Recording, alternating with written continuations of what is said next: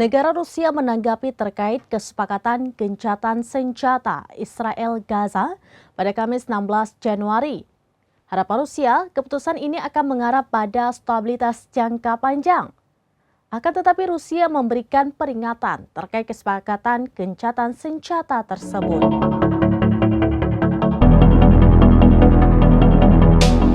Negara Rusia menanggapi terkait kesepakatan gencatan senjata Israel-Gaza pada Kamis 16 Januari. Harapan Rusia, keputusan ini akan mengarah pada stabilitas jangka panjang. Akan tetapi Rusia juga memberikan peringatan terkait kesepakatan gencatan senjata itu. Dikutip dari The Moscow Times, juru bicara Kremlin Dmitry Peskov menyambut baik kesepakatan tersebut. Namun ia memperingatkan agar hati-hati seusai Israel menuduh Hamas menarik kembali perjanjian itu. Juru bicara Kementerian Luar Negeri Rusia, Maria Zakharova, juga merespon gencatan senjata Israel-Gaza. Ia mengatakan bahwa kesepakatan itu merupakan langkah praktis penting menuju stabilitas jangka panjang di zona konfrontasi.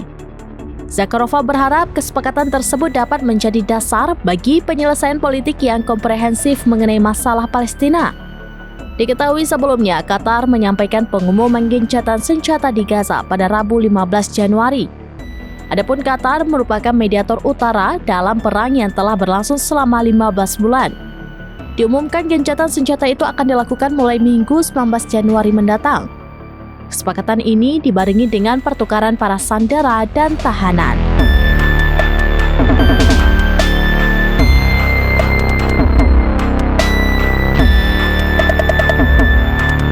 Demikian informasi terkini Syedar Allen, saksikan terus beragam informasi lainnya. Jangan lupa like dan share seluruh akun serambinews.com.